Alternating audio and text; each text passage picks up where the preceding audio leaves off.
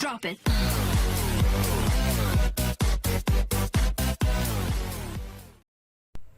Assalamualaikum warahmatullahi wabarakatuh.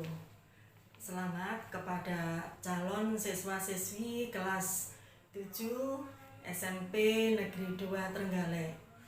Kalian termasuk anak-anak yang hebat. Selamat bergabung dengan kami, Bapak, Ibu Guru, dan karyawan, serta kakak-kakak kelas kalian kelas 8 dan kelas 9. Sebelum memasuki materi, saya perkenalkan dulu, saya Ibu Ani Hidayah yang nanti akan mendampingi kalian dalam bimbingan dan konseling. Saat ini, saya akan menyampaikan materi tentang motivasi belajar di masa pandemi. Masa pandemi Corona tak terasa sudah hampir 1,5 tahun kita alami. Sudah berapa banyak korban jiwa karena virus ini.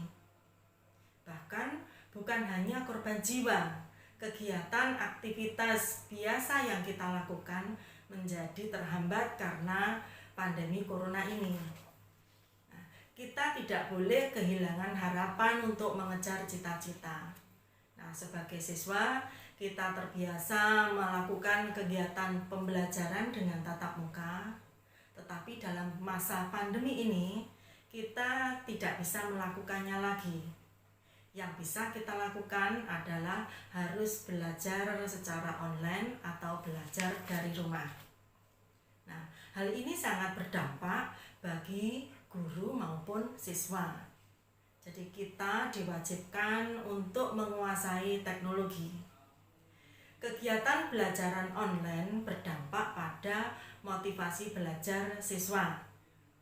Tak sedikit yang merasa bahwa belajar online itu membuat siswa merasa ilmu yang disampaikan atau materi yang disampaikan itu tidak bisa maksimal diterima dibandingkan dengan pembelajaran secara tatap muka. Berbagai alasan yang diberikan saat pembelajaran online seperti masalah kuota, masalah handphone, atau kesibukan membantu orang tua dan sebagainya. Nah, motivasi belajar itu harus tumbuh dalam diri siswa sendiri. Adapun ciri-ciri siswa yang mengalami penurunan motivasi belajar di masa pandemi adalah yang pertama, terbiasa menunda tugas yang diberikan oleh Bapak Ibu Guru. Yang kedua, selalu mencari alasan agar tidak mengikuti kelas online. Yang ketiga, cenderung melihat tugas teman atau menyontek. Yang keempat, tidak mendengarkan penyampaian materi dari guru. Yang kelima, tidak pernah bertanya atau enggan menanyakan kepada guru ketika tidak memahami dalam suatu materi yang diberikan.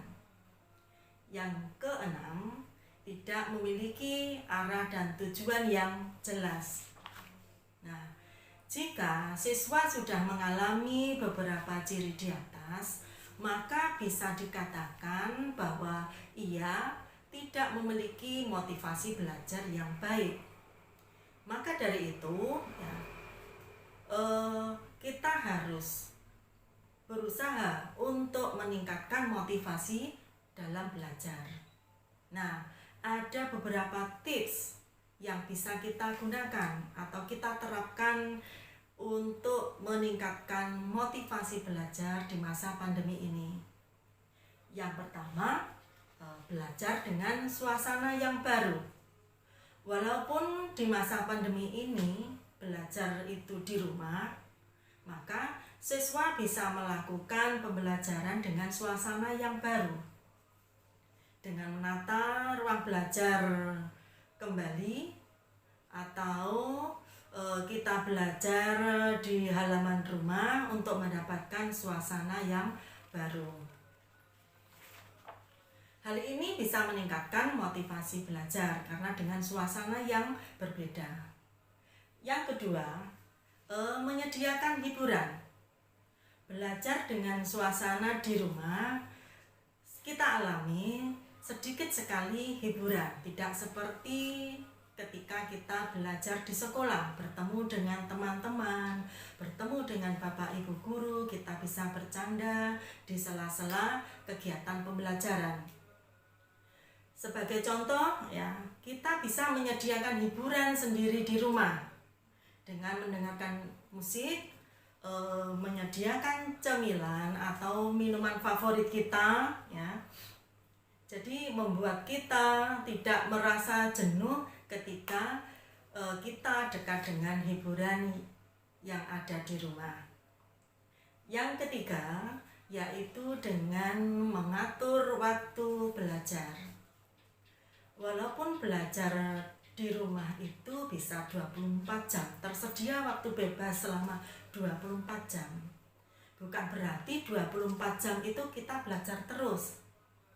Kita bisa mengatur, misal kita menata waktu belajar kita mulai jam 7 malam sampai jam 9 malam secara mandiri dan mengerjakan tugas yang diberikan oleh Bapak Ibu Guru. Yang keempat, mencari teman belajar.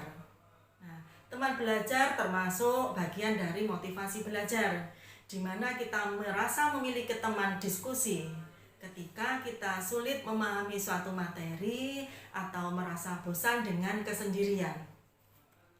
Ketika kita belajar di rumah, maka dengan memiliki teman, kita cenderung bersemangat ketika kita melakukan pembelajaran di masa pandemi.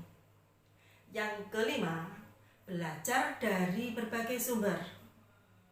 Materi yang disampaikan oleh guru melalui WhatsApp, melalui Google Meet atau Zoom atau Google Classroom atau dengan yang lainnya sudah lengkap. Tetapi kadang-kadang kita merasa materi yang disampaikan guru masih belum kita pahami. Kita bisa menanyakan langsung kepada guru mapel yang menyampaikan.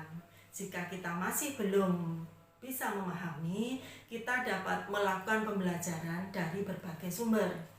Misal dari YouTube atau Google Cendekia atau pembelajaran lainnya. Hal ini berfungsi agar kita lebih membuka wawasan tentang materi tersebut secara luas. Baiklah, saya kira untuk pertemuan kali ini saya menyampaikan sampai di sini.